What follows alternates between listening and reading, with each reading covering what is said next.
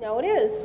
Okay, our next speaker is Isaac Stein, and he is currently working at UT Disability Services, but he is also currently doing his PhD in counseling psychology.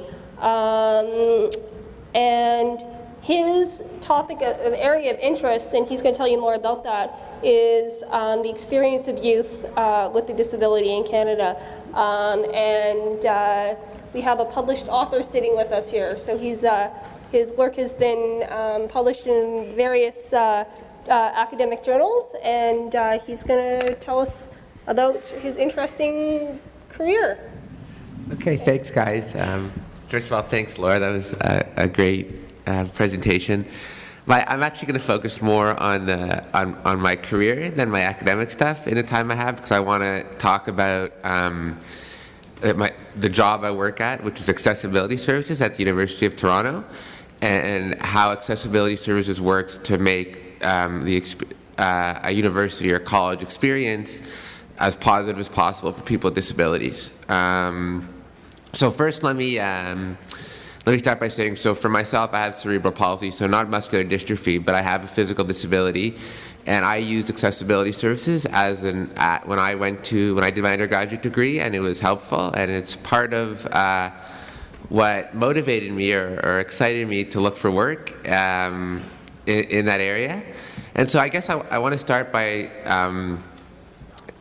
talking about, or just sort of discussing the way first of all, I guess, what accessibility services is. Let me start there. So basically, at most colleges or universities in Canada now, there's a branch of student services which is particularly designated to work with students with disabilities, and it's a combination of sort of support and advocacy, but it's a lot of practical work. It's basically helping students with disabilities deal with any challenges or obstacles that may come up as they kind of negotiate university life, and that includes in the classroom and outside of the classroom. And so at my job, the way we try and look at disability is we look at it as a social issue, not a medical issue. So we look at it as kind of an issue of barriers to access, as opposed to an individual medical issue. And I know most of you guys heard about, this was explored in Darius' presentation, which was phenomenal. And but it's basically what I just said, you can sum it up in one sentence, in that if you're trying to get into a restaurant and you can't get into the restaurant, it's not because you have a disability that affects your legs and mobility. It's because the restaurant doesn't have a ramp. So that's where we try and locate the problem at accessibility services, and we try and map that onto academic experiences that students are having. So let me just start by just explaining some of the services we provide. So when a student in Ontario, and across Canada, when a student comes and registers with accessibility services and they've just enrolled in a college or university, we walk the student through the supports we can provide. And some of the supports we can provide include online note-taking.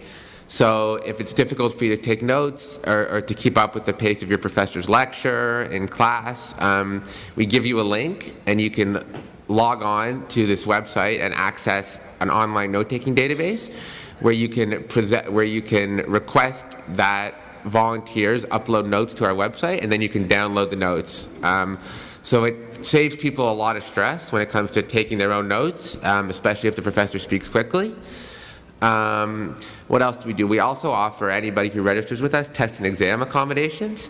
So if it takes you a little bit longer to write a test and exam, or if you'd like to write your test and exam with a computer instead of by hand, we authorize that. If you need a private space, we hook you up with a private space.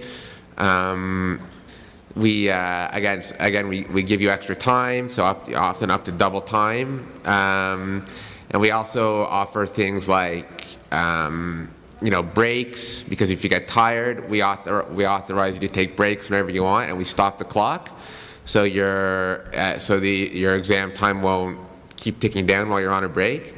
So basically, whatever the sort of whatever issues you might encounter as you're going through university or college, we're here to assist you with, and it also includes speaking with professors around assignments. If you anticipate that one assignment is going to take a little bit longer, we can speak to the professor along with you. What we try and encourage, Laura spoke about self-advocacy, so we always try and encourage our students to speak to the professor and sort of CC us on the email. But we're always around to help provide support in requesting extensions. In terms of classroom accessibility, which is a huge one, and I know Canada is moving towards greater accessibility, but there are still a crapload of classrooms that aren't accessible in colleges and universities. So we're working towards that, but while that's still in motion, we can actually, accessibility services at your college or university can actually put in a request to move a classroom. So if you're